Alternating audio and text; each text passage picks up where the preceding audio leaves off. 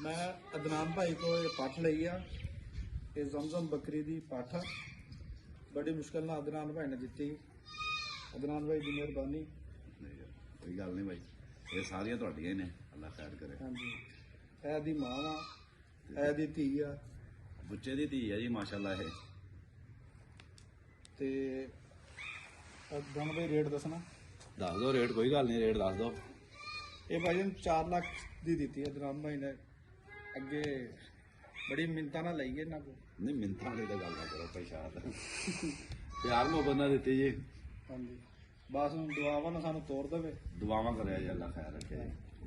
ठीक हो ठीक हो गया।